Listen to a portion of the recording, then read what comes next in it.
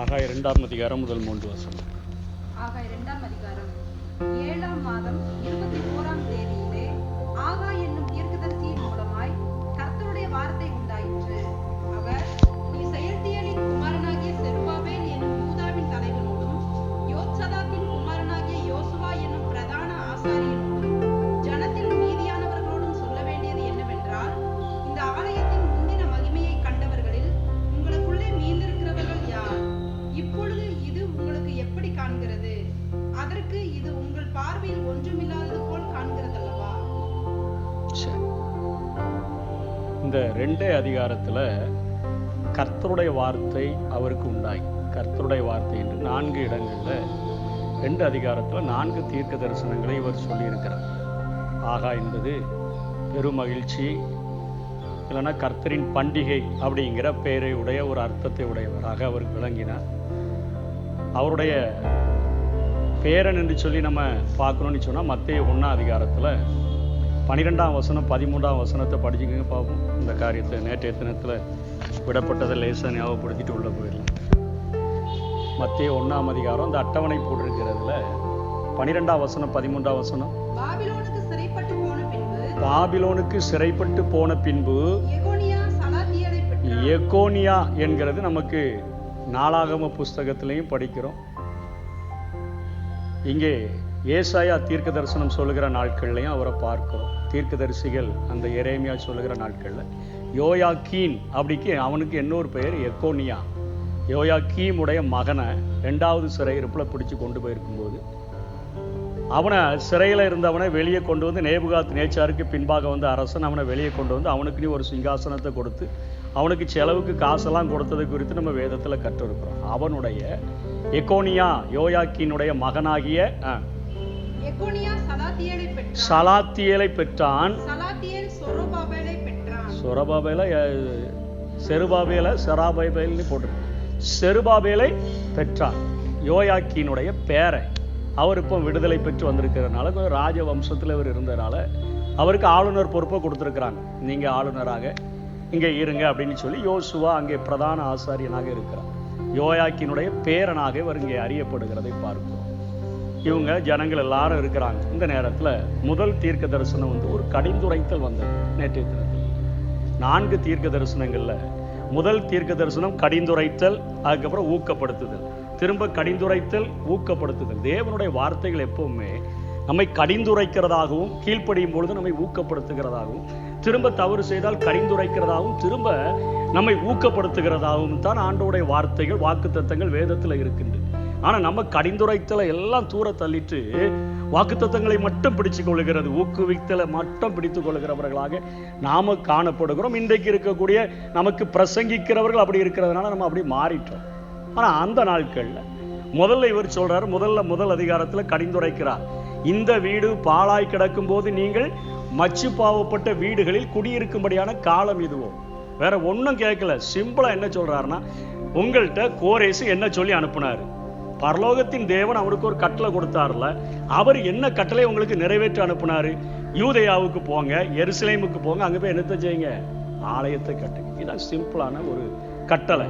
அந்த கட்டளைக்கே இவங்க என்ன செய்யல? கீழ்ப்படியல. அதனால கடிந்துரைத்தல் வரும். இந்த வீடு பாழா கிடக்கும் போது நீ மாட மாளிகைகளை எல்லாம் கட்டி உனக்கு நீ வசதியை பெருக்கி வாழ்கிறாயோ? தேவனுடைய ராஜ்யத்தின் பணிகள் குறுக்கப்பட்டு கிடக்கும் போது நீ மட்டும் வசதியாய் நான் என்னுடைய வசதிகளை பெருக்கி நான் நல்லா இருக்கணும், ஆசீர்வாதமா இருக்கணும், அது போத நீ வாழ்கிறாயோ? இயேசுவும் மரித்து அடக்கம் பண்ணப்பட்டு உயிர்த்தெழுந்து பரலோகத்துக்கு ஏறி செல்லும் போது கடைசியா சொன்ன வார்த்தை, சமீபத்துல வந்து நீங்க உலகமெங்கும் போய் சகல ஜாதிகளையும் சீசராக்கி, அந்த கட்டளையை விட்டுட்டு நம்ம மீதி எல்லாத்தையும் செய்யறோம். ஆசீர்வாத கூட்டம்னா போறோம், உங்களுக்கு பிரச்சனைகள் இருந்தால் வாங்க உபவாசம் பண்ணி ஜெபம் பண்ணுறோம் வாங்கன்னா போயிடுறோம். தேவனுடைய ராஜ்யத்துக்கு நம்ம என்ன செய்கிறோம் அப்படிங்கிற காரியங்களை குறித்து நமக்கு கவலையற்றவர்களாக காணப்படுகிறோம். ஆகவே முதல் அதிகாரம் முழுவதிலும் கடிந்துரைத்தால் அதன் நிமித்தமாக கொஞ்சம் ஜனங்க அவங்க என்ன செஞ்சுட்டாங்க? மனம் திரும்பி வந்துட்டாங்க. ஆசாரியர் வந்துட்டாரு, செருபாபேல் வந்துட்டாரு, மீந்தமுள்ள ஜனங்கள் வந்தவங்கெல்லாம் வந்துட்டு, ஐயா 15 வருஷம் நாங்கள் சொல்லு பேச்சு கேட்காம வெறும் பலிபடத்தை கட்டிட்டு ஆலயத்துக்கே அஸ்திவாரம் போடாமல் போயிட்டோம் ஐயா, தப்புதாயா, நாங்கள் செய்கிறோம் அப்படின்னு சொல்லி அவர்கள் வருகிறார்கள். முதல் தீர்க்க தரிசனம் 6ஆம் மாதம் 1ஆம் நாள்னு போட்டிருக்குது.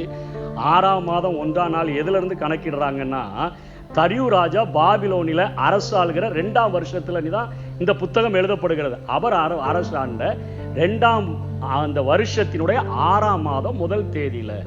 அதாவது இதெல்லாம் கட்டுக்கதைகள் அல்ல, இதெல்லாம் புராண கதைகள் அல்ல, இதற்கென்று வரலாறு இருக்கிறது என்பதை விளக்கும் வண்ணமாக டேட் முதற்கொண்டு ஆவியானவர் என்ன செய்றார், எழுதி வைக்கிறார். சொல்லிடுவான், இது ராமாயணம் மாதிரி இருக்கு, இது கட்டுக்கதையா எதையோ எழுதியிருக்கிறான்னு நிறுவான். இதெல்லாம் ஒரு புராண கதைங்க, எவனோ மனசுல தோன்றதை எழுதி வச்சிருக்கிறாங்கன்றவான். இன்றைக்கு யுத்தம் நடக்கும்போதே சொல்றான், இஸ்ரவேலின் இந்த பகுதியெல்லாம் இஸ்ரவேலுக்கு தானே சொந்தம், அவன் தானே பைபிள் எழுதுறான், அதனால அவன் அப்படி எழுதி வச்சிருக்கிறான்னு சொல்றான். ஆண்டவர் நாள் முதற்கொண்டு போட்டு எழுதுறாரு. பூமியின் வயதை கணக்கிட நாள் முதற்கொண்டு போட்டு எழுதுகிற ஒரு ஆண்டவரா இருக்கிறார். தரியு பாபிலோன் அரசாண்ட 2ஆம் வருஷத்தின் 6ஆம் மாதம் 1 தேதியில தான் இந்த வீடு பாழாய் கிடக்கும் போது நீங்கள் மச்சு பாவப்பட்ட வீடுகளில குடியிருக்கும்படியான காலம் இதுவோ அப்படின்னு கேட்கிறார். இப்ப 2வது தீர்க்க தரிசனம் 7ஆம் மாதம் 21ஆம் தேதியில அவர் சொல்றாரு. அதை தான் 2ஆம் அதிகாரம் 1ஆம் வசனத்திலிருந்து 9ஆம் வசனம் வரையிலும் பார்க்கிறோம். ஊக்கப்படுத்தும்படியா பேசுறார். ஊக்கப்படுத்தும்படியா, முதல்ல கடிச்சு துப்பியாச்சு, இப்போ ஊக்கப்படுத்துகிறதுக்கு என்ன சொல்றாருன்னா, பார்க்கறான். பார்த்தோன்னே இப்போ 70 வருஷம் கழிச்சு வந்திருக்கிறான். அந்த ஆலயம் எப்படி இருக்கும், தீ கொளுத்தப்பட்ட ஆலயம். மழைகளாம் பெஞ்சு வெயில் அடிச்சு புயல் அடிச்சு எல்லாம் அடிச்சு பாசு பிடிச்சு போய் கிடக்கும்.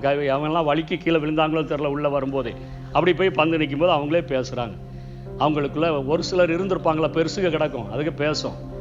நாங்க அந்த காலத்துல திண்ணையில உட்காந்து பேசுற கதை போது அப்படிதான் இருக்கும். இந்த நாட்கள்ல நாங்க அங்க இருக்கும், அப்படி ஒரு ஒன்ஸ் அப்பான டைம் அப்படிதான் பேசுவாங்க.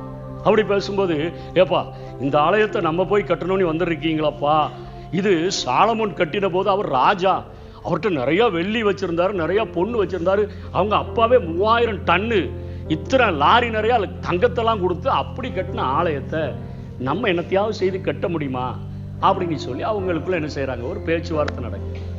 இந்த ஆலயத்தை அந்த மகிமையுள்ள ஒரு ஆலயத்தை போல கட்ட முடியுமா? உடன்படிக்கை பெட்டியே காணுமே, எரிச்சு விட்டானே, எங்க கிடக்குன்னே தெரியலையே. உடன்படிக்கை பெட்டியும் இல்லை.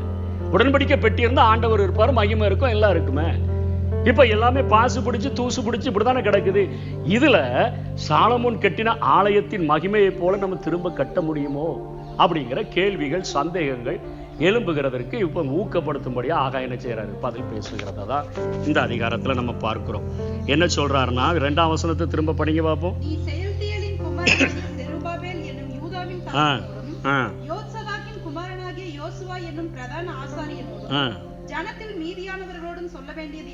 நாலாம் வசனம் படிங்க. செருபாபேலே பெருசுக பேசுதா, திடன்கொள் அப்படின்னு சொல்றார். நீ திடன்கொள், நீ திடன்கொள். யோசுவாவே நீ திடன்கொள், மீந்து வந்திருக்கிற ஜனங்களை நீங்கள் திடன் கொள்ளுங்கள். எல்லாரையும் தைரியப்படுத்துறாரு. பயப்படாதப்பா, நான் இருக்கிறேன், பயப்படாத. இதுக்கு பேர் என்னது, ஊக்கப்படுத்துறது. நீ போயிருவ, அழிஞ்சிருவ அப்படிங்கிறது நமக்கு போடுற சாபம், கடிந்துரைத்தல். நீ இப்ப நல்லா இருப்ப, நீ திடன் கொள்ளுப்பா, நான் இருக்கிறேன், பயப்படாத, நான் இருக்கிறேன், கூட இருக்கிறேன், நான் செய்கிறேன், உனக்கு வார்த்தையை தருகிறேன் அப்படிங்கிற வார்த்தையை சொல்லி பேசுறாரு.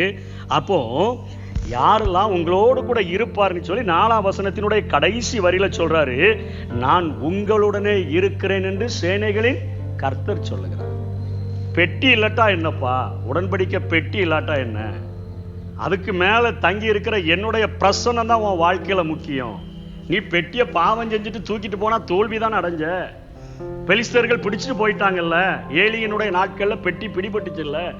தேவ மகிமைத்தான் பிரதானம். நம்ம எப்பவுமே பெட்டி, இந்த நம்ம எல்லாமே அதாவது பணிவிடை பொருட்களை தான் நம்ம ரொம்ப இதா வச்சுக்கிடுவோம். சிலவன் பைபிளெல்லாம் தொட்டு கும்பிடுவான், ஆனா உள்ள இருக்கிற வசனத்துக்கு கீழ்ப்படியவே மாட்டான். இப்படி 1000 முத்தம் பண்றது பைபிளுக்கு. முத்தம் பண்ணி என்ன பிரயோஜனம், அது ஒரு புத்தகம். ஆனா அதற்குள்ள இருக்கிற வசனங்கள்ல என்ன இருக்குது, ஜீவன் இருக்கு. அதுதான் நமக்கு முக்கியம். இப்ப நம்ம பணிவிடை பொருள்களே தான் பெருசா நினைக்கிற, உடன்படிக்கை பெட்டி இல்லையா, இங்க ஆலயத்தை கட்டுறது.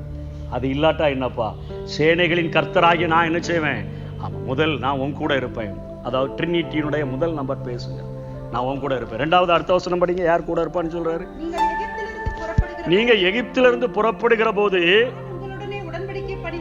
உடன்படிக்கை பண்ணின வார்த்தையின்படியே என் ஆவியானவரும் உங்கள் நடுவில் நிலை கொண்டிருப்பார். நிலையா இருப்பார், உங்களை விட்டு விலகவே மாட்டார், உங்க கூடவே இருப்பார். எகிப்திலிருந்து புறப்படும் போது வந்தாரா, பகலின் மேக ஸ்தம்பமாக இரவில் அக்கினி ஸ்தம்பமாக அவர்களோடு கூட நடந்தார். அதே ஆண்டவரும் ஆவியானவரும் எப்படி இருப்பார்? எகிப்துன்னா அவனுக்கு புரிஞ்சிடும். ஓ, அன்னைக்கு 20 லட்சத்துக்கு மேலே புருஷர்கள் ஸ்திரீகள் எல்லாரையும் வழிநடத்தி இந்த தேசத்தை தந்தாரு. அப்போ ஆவியானவர் தானே நடத்திட்டு வந்தார், ஃபெயிலியர் இல்லாமல் கொண்டு வந்து சேர்த்தாரு. அப்போ அவரும் கூட இருப்பாரா? ஆகாய் சொல்கிறார், சேனைகளின் கர்த்தர் உங்க கூட இருப்பார். ட்ரினிட்டி, திருத்துவத்தினுடைய முதல் நபர் உங்க கூட இருப்பார். பிதா உங்க கூட இருப்பார். அதே போல ஆவியானவர் உங்க கூட இருப்பார். அதுக்கு அடுத்த வசனம் படிங்க. சேனைகளின் கர்த்தர் சொல்லுகிறார். அது வேண்டாம், அதுக்கு அடுத்தது கீழே வந்துடலாமே. 7 படிங்க. சகல ஜாதிகளையும் அசைய பண்ணுவேன். சகல ஜாதிகளாலும் விரும்பப்பட்டவர் வருவார். சகல ஜாதிகளாலும் விரும்பப்பட்ட ஒருவர் வருவார். அது யாரை குறிக்குதுன்னா இயேசுவை குறிக்கிறது. சகல ஜாதிகளாலும் விரும்பப்பட்டவர். இந்த நாட்கள்ல இந்த தீர்க்க தரிசனத்தின் ஒரு பகுதி நிறைவேற போகுது. ஆனா பின் நாட்கள்ல அது முழுமையாய் 1000 வருட அரசாட்சியில நிறைவேறும். சகல ஜாதிகளாலும் விரும்பப்பட்டவர் வருவார். இப்ப கட்டின ஆலயத்துல தான் இயேசு என்ன செய்தாரு? பிரசங்கம். அப்படிதானே? ஆலயத்துல இயேசு கிறிஸ்து வந்து பிரசங்கம் பண்ண முடியாது. அவர் அநேகருக்கு நன்மை செய்கிறவராக என்ன செய்தார்? இந்த உலகத்துல சுற்றி திரிந்தார். சகல ஜாதிகளாலும் எங்கெங்கெல்லாமோ இருந்து எல்லா திசைகளும் இருந்து அவரை தேடி வந்தார். சகல ஜாதிகளாலும் விரும்பப்பட்ட இயேசு கிறிஸ்துவ என்ன செய்வாரு? உங்களுக்காக வருவார். திருத்துவமே வருது, பெட்டி எதுக்கு பாடி கேட்கிறார். சொல்றது புரியுதா? திருத்துவம் வருது, பெட்டி உடைக்குது. உடன்படிக்கை பெட்டி இல்லை, மகிமை இல்லை, சாலமோன் இல்லை. என்ன சொல்றான்? அடுத்தால நம்மளை செய்ய சொல்லுவார் ஆண்டவர். நம்ம கையில் என்ன இருக்காது? ஒண்ணுமே இருக்காது. அதுக்கு சொல்றாரு, படிங்க பாப்போம் கீழே. வெள்ளியும் என்னுடையது. ஆமா, இவங்க நினைச்சிட்டு இருக்காங்க வெள்ளி சாலமோனுடையது, தாவீதினுடையது, பொண்ணு தாவீதுடையது, சாலமோனுடையது. அவங்க தானே கொடுத்து கட்டினாங்க. இப்ப நம்ம என்னத்தை வச்சு கட்ட போறோம்? ஆண்டவர் சொல்றாரு, அவனுக்கு கொடுத்ததே நாமதான்ப்பா. வெள்ளியும் என்னுடையது, பொண்ணு என்னுடையது என்று சேனைகளின் கர்த்தர் சொல்லுகிறார். வெள்ளியும் என்னுடையது, பொண்ணும் என்னுடைய. அதுக்கு அடுத்த வார்த்தையை சொல்லுங்க. முந்தின ஆலயத்தினுடைய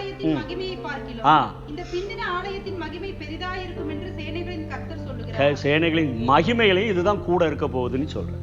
அந்த மகிமையை விட இந்த மகிமை, ட்ரினிட்டி நாங்க 3 பேருமே கூட வந்து இருக்க போகும்போது அந்த மகிமையை விட இந்த மகிமை கூட இருக்கும். பிளஸ் கூட ஒரு ஆசீர்வாதத்தை நான் சொல்றேன். இந்த இடத்துல சமாதானத்தை கட்டளையிடுவேன் என்று சேனைகளின் கர்த்தர் சொல்லுகிறார். சேனைகளின் கர்த்தர் உரைக்கிறார். திருத்துவம் ஒரு மனிதனுடைய வாழ்க்கையில வந்துருச்சுன்னு சொன்னா அவனுடைய வாழ்க்கையை கர்த்தர் மகிமை நிறைந்ததா என்ன செய்யறாரு? மாற்றார். இயேசுவே சொன்னார், நானும் என்னுடைய பிதாவும் வந்து உங்களுக்குள்ள வாசம் பண்ணுது. தேவனுடைய ஆவியானவர் தங்கி இருக்கிற ஆலயம். அப்ப ட்ரினிட்டி நமக்குள்ள இருக்குதா? அந்த ஆலயத்துல, அவர்கள் கட்டின ஆலயத்துல முந்தின ஆலயத்தின் மகிமையை பார்க்கிலும் பிந்தின ஆலயத்தின் மகிமை பெரிதா இருக்குன்னு சொன்னார. சாலமோன் ஏற்படுத்தின ஆசாரியர்களும் அந்த நாட்களில் ஊழியம் செய்தார்கள். அதற்கு பின்பாக வந்த ராஜாக்கள் ஏற்படுத்தின ஆசாரியர்கள் ஊழியம் செய்தார்கள். ஆனால் இயேசு கிறிஸ்துவின் நாளில் அந்த ஆலயத்தில் இயேசுவே என்று என்ன செய்கிறார்? பிரசங்கம் பண்ணுகிறார்.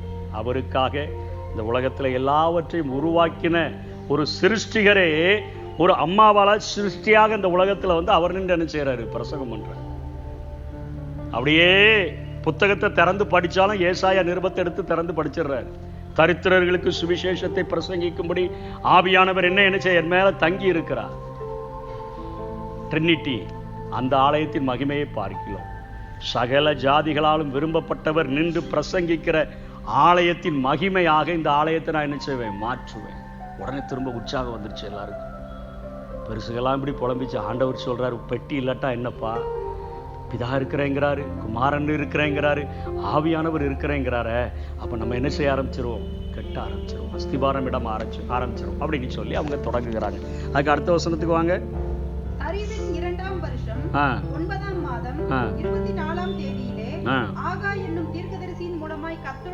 இது வந்து 3வது காரியம் சொல்லப்படுகிறது. 3வதாக ஒரு தீர்க்க தரிசனம், கர்த்தருடைய வார்த்தை. அவ்வளவுதான், கர்த்தருடைய வார்த்தை அவருக்கு உண்டாகுது. இது இப்போ 9ஆம் மாசம் 24ஆம் தேதியில, என்ன அடுத்த வார்த்தையும் இதே நாளில் உண்டாயிருது. இப்போ இவர் என்ன சொல்றாருன்னா, ஒரு கேள்வியை ஆசாரியர்களை பார்த்து கேட்கிறார். கீழ்ப்படியாம கடந்துட்டான், 15 வருஷம் கீழ்ப்படியாம கடந்துட்டான். அப்போ அவர் ஆசாரியர்களை பார்த்து ஒரு கேள்வி கேட்கிறாரு. ஒரு வஸ்திர தொங்கல் இல்லைன்னா, ஒரு தொங்கல் இல்லைன்னா வஸ்திரம், அதில் தொங்கிட்டு கிடக்கிற வஸ்திரத்துல அவங்க என்ன கொண்டு போறாங்கன்னா, பரிசுத்த மாம்சத்தை படைக்கும்படியான மாம்சத்தை கொண்டு போறாங்க. ஒரு துணியில என்னத்தை கொண்டு போறாங்க? ஆண்டவருக்குன்னு படைக்கிற ஆட்டை வெட்டின ஆட்டினுடைய சதையையோ மாட்டினுடைய இறைச்சியையோ தூக்கிட்டு போறாங்க. அந்த வஸ்திரத்தின் தொங்கல் கீழே கிடக்கு, துணி. அது எதிலையாவது பட்டா அது மற்றவர்களை பரிசுத்தப்படுத்தும். என கொண்டு போறது பரிசுத்தமானது. அந்த வஸ்திரம் அதை தாங்கி பிடிக்கிறதுனால வஸ்திரம் எதையாவது தொட்டா பரிசுத்தமாகுமா அப்படின்னு கேட்கிறேன்.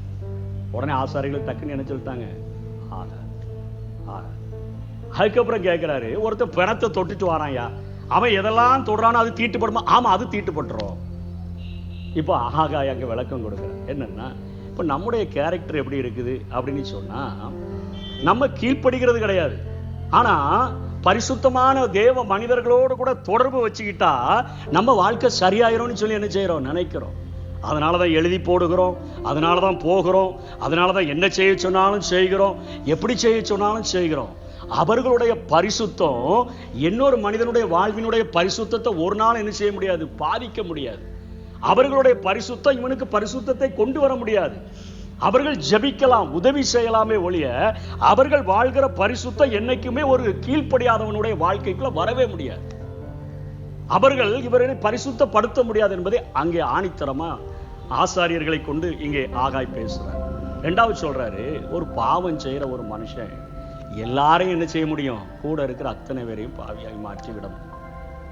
ஒரு பாவம் தீட்டு அது எல்லாரையும் என்ன செய்கிறோம், மாற்றிடும். திரும்ப ஒரு கடிந்துரைத்தலை சொல்ல, கீழ்ப்படியாம போன அந்த கடிந்துரைத்தலின் நிமித்தமா என்ன தண்டனை அனுபவிச்சீங்கன்னு திரும்ப ஞாபகப்படுத்துறாரு. படிக்க பார்ப்போம். அதுக்கு அடுத்த வசனம் வாங்க. அதுக்கு கேட்டான், அதுக்கு ஆசிரியர்கள் இல்லை அது வேண்டாம், இங்க வந்துருங்க.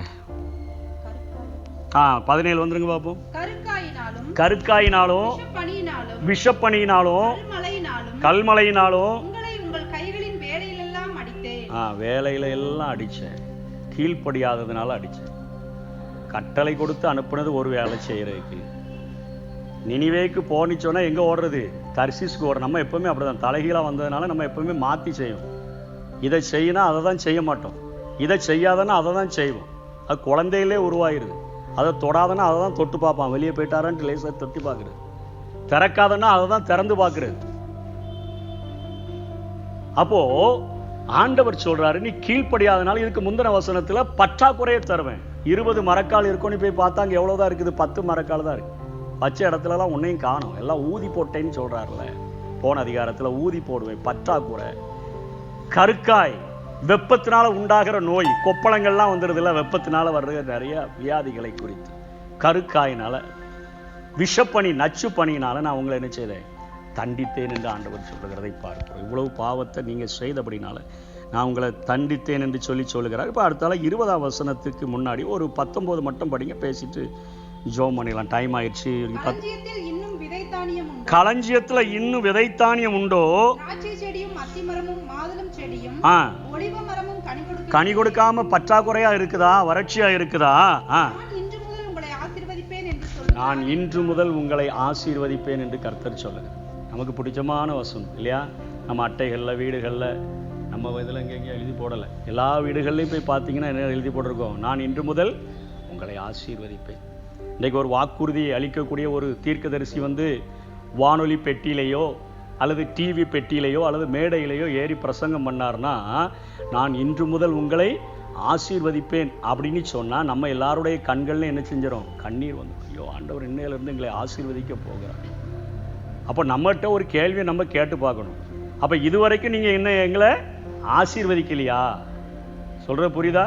ஆமாம். இந்த தீர்க்க தரிசனம் நமக்கு வரும்போது எல்லாத்தையும் உடனே ஆணி வாயை பிளந்துட்டு இருக்கோம். நம்மளை பார்த்து ஒரு கேள்வி கேட்கணும். இன்று முதல் உங்களை ஆசீர்வதிப்பேன்னு சொல்கிறீங்களே, அப்போ இதுக்கு முன்னாடி எங்களை ஆசீர்வதிக்கலையா? இது அப்போ யாருக்கு கொடுக்கப்படுகிற வாக்கு தத்துவம் அப்படின்னு சொன்னால், எல்லாருக்கும் அல்ல, கீழ்ப்படியாமல் இருக்கிறவர்களுடைய வாழ்வில் வறட்சி இருந்தது, பஞ்சம் இருந்தது, பற்றாக்குறை இருந்தது, அழிவுகள் இருந்தது, அவர்களுக்கு வியாதிகள் இருந்தது. இவர்கள் கீழ்ப்படியும் பொழுது, கீழ்ப்படிதல் ஒருவேளை நமக்கு தாமதமாயிட்டே இருக்கலாம். நம்ம 1 வருஷம் கழிச்சு கீழ்ப்படியலாம், 1.5 வருஷம் கழிச்சு கீழ்ப்படியலாம். திரும்ப திரும்ப வார்த்தைகள் வர வர அப்படியே தள்ளி தள்ளி போட்டுட்டு ஒரு நாள்ல கீழ்ப்படியலாம். ஆனா நம்ம கீழ்ப்படுகிறதற்கு தாமதத்தை நம்ம ஏற்படுத்தினாலும் அவர் தன்னுடைய உயர்ந்த பண்பை இங்கே வெளிப்படுத்துகிறார். என்ன சொல்றாருன்னா, நீ எத்தனை நாள் எனக்கு தண்ணி காட்டியிருந்தாலும் நீ எனக்கு திருந்தின உடனே நான் என்ன செஞ்சிருவேன், உன்னை ஆசீர்வதிப்பேன். சொல்ற புரியுதா? நம்ம வேலையே தண்ணி காட்டுற வேலை தான், ஆண்டவருக்கே தண்ணி காட்டுறது. அவர் சொல்லி சொல்லி பார்ப்பாரு, இதோ வாசற்படியில் நின்று தட்டுகிறேன், ஒருவன் என் சத்தத்தை கேட்டு கதவை திறந்தா உள்ள வந்து திறக்கிறதே இல்லை. ஆனா ஆண்டவர் என்ன சொல்றாருன்னா, நான் ஒரு வருஷம் தட்டிட்டே இருந்துட்டேன்ப்பா, நீ இன்னைக்கு தான் திறந்தா, அதனால நான் ஒரு வருஷம் கழிச்சுதான் ஆசீர்வதிப்பேன்னு சொல்றது இல்லை, அன்னைக்கே என்ன செஞ்சிருவேன், ஆசீர்வதிப்பேன். இதுதான் ஆண்டவருக்கும் நமக்கும் உள்ள வித்தியாசம். இவ்வளவு நாள் மச்சு பாவப்பட்ட வீடுகளை கட்டிட்ட, 15 வருஷம் பலிபீடத்தை மட்டும் கட்டிட்டு ஆலயத்துக்கு அஸ்திபாரமே போடாம விட்டுட்ட, உன்னை விடுதலை கொண்டு வந்ததன் நோக்கத்தை மறந்துட்ட, 15 வருஷம் என்ன மறந்து போயிட்ட. அதனால உன் வாழ்விலே பற்றாக்குறைகள் இருந்தது. இப்போ உனக்கு நான் வார்த்தைகளை கொடுத்திருக்கிறேன், நீ கீழ்ப்படியும் பொழுது 23 நாள் கழிச்சு தான் போய் அஸ்திபாரமே போட போறாங்க. அவர்கள் பேசின போது 23 நாள் கழிச்சு தான் போறாங்க. உடனே கிளம்பிலாம் ஓடலை, 23 நாள் கழிச்சு போறாங்க, போய் அஸ்திபாரம் இடுகிறார்கள். ஆண்டவர் சொல்றாரு, நீ தாமதம் பண்ணினாலும் நான் என்ன செய்ய மாட்டேன், தாமதம் பண்ண மாட்டேன். அப்போ இந்த வாக்குத்தத்தம் யாருக்கு? கீழ்ப்படியாம இருக்கிறவன் கீழ்ப்படிஞ்ச ஆசீர்வாதம். நான் இன்று முதல் உங்களை ஆசீர்வதிப்பேன்னா யாருக்கு? நான் இவ்வளவு நாளும் கீழ்ப்படியாம இருந்தேன், சாபத்தை அனுபவிச்சேன், நான் இன்னைக்கு கீழ்ப்படுகிறதற்கு என்னை ஒப்பு கொடுக்கிறேன், அப்போனா என்ன செய்வீங்க, என்னை ஆசீர்வதிப்பீங்க. கடிந்து கொள்ளுதலுக்கு கீழ்ப்படியும் பொழுது ஆண்டவர் என்ன செய்கிறார், ஆசீர்வதிக்கிற ஒரு காரியம். 20 to 23 வரையிலும் கடைசியான தீர்க்க தரிசனம், அதுவும் 9ஆம் மாதம் 24ஆம் தேதியில தான் நடக்கும். அது என்ன சொல்றாருன்னா, செருபாபேல நான் என்ன மோதிரமா வைப்பேன்னு சொல்றாரு, முத்திரை மோதிரமாக, சோதம் அப்படின்னு எபிரேய மொழியில சொல்றாரு, முத்திரை மோதிரம். அந்த நாட்களில் ராஜாக்கள் ஒரு வெள்ளிலையோ பொண்ணுலையோ மோதிரத்தை செஞ்சு ஒரு கல் வெட்டி என்ன செஞ்சிருப்பாங்க, அதில் வச்சிருப்பாங்க, வெட்டி வச்சிருப்பாங்க. நம்ம மோதிரத்துலலாம் கல் பொதிக்கிறாங்களா, அது மாதிரி இப்போ நல்லா ஸ்ட்ராங்காக அவங்க அதை என்ன செய்வாங்கன்னா, மெழுகுகளின் மேலேயோ அல்லது அவங்க ஒரு களிமண், நல்லா சாஃப்டாக இருக்கிற களிமண் மேலேயோ அந்த மோதிரத்தை வச்சு அழுத்தினா அதுக்கு பேர் தான் என்னது, சீல். அவங்க போடுற சீல். நம்மலாம் நிறைய ரப்பர் ஸ்டாம்ப் வச்சிருக்கிற மாதிரி அந்த நாட்களில் அவங்க யூஸ் பண்ணது அந்த முத்திரை மோதிரத்தை. ராஜா தன்னுடைய முத்திரை மோதிரத்தை கலத்தி முத்திரையை போட்டான்னா அந்த ஆர்டர் மேலே மெழுக வச்சு என்ன செஞ்சிட வேண்டியது, ஒரு அமுத்திட வேண்டியது. அவர் போட்டார், நம்ம இதை யாரும் என்ன செய்ய முடியாது, மாற்ற முடியாது. ஆண்டவர் சொல்றாரு, செருபாபேலே நான் உன்னை என்ன செய்வேன், இந்த ஜனங்களுக்கு ஒரு முத்திரை மோதிரமாக, அதாவது என்னுடைய தெய்வீக ஆளுகையை கொடுக்கிறவனாக நான் இவர்கள் மேல உன்னை என்னை வைக்கிறேன். ஆனால் வருங்காலத்தில் உன்னுடைய சந்ததியிலிருந்து வருகிற யோயாக்கின் சந்ததியில் வந்த செருபாபேலே உன்னுடைய சந்ததியில், அதனால தான் எடுத்து மத்தேயு எழுதுறாரு, செருபாபேல் எடுத்து எழுதுறாரு. சும்மா எதுக்கோ வேண்டா வெறுப்புக்கா எழுதி வச்சிருக்காருன்னு நினைக்காங்க. செருபாபேலின் வம்சத்தில் வந்த இயேசு கிறிஸ்து முத்திரை மோதிரமாக இருந்து இந்த உலகம் முழுவதும் என்ன செய்ய போகிறார், ஆளப் போகிறார். உன்னத அதிகாரம் அவர்கிட்ட இப்போதைக்கு செருபாபேல் கையில கொடுத்திருக்கிறார். நீ ஆளுநரா இருந்து நடத்துப்பா, என் ஜனங்களை நடத்து.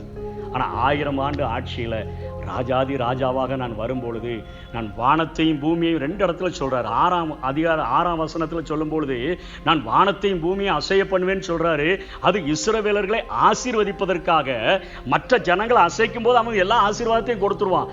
அங்கே கோரேசனுடைய இருதயம் அசைஞ்ச போதே சொல்லிட்டான், பரலோகத்தின் தேவனானவர் ஆலயத்தை கட்டுறதுக்கு போறார், எவன் என்னத்தை கொடுக்கணுமோ எல்லாம் கொடுத்து அனுப்புங்கிறான். ஆலயத்துக்கு தேவையான அவனுடைய அண்டை நாடுகள்ல இருந்து அவனுக்கு வருகிற வரிகளில் உள்ள பணத்தை கூட உடனே என்ன செய்ய சொல்றான், கொடுக்க சொல்றான். என்னெல்லாம் தேவையோ உடனே வாங்கிக்க.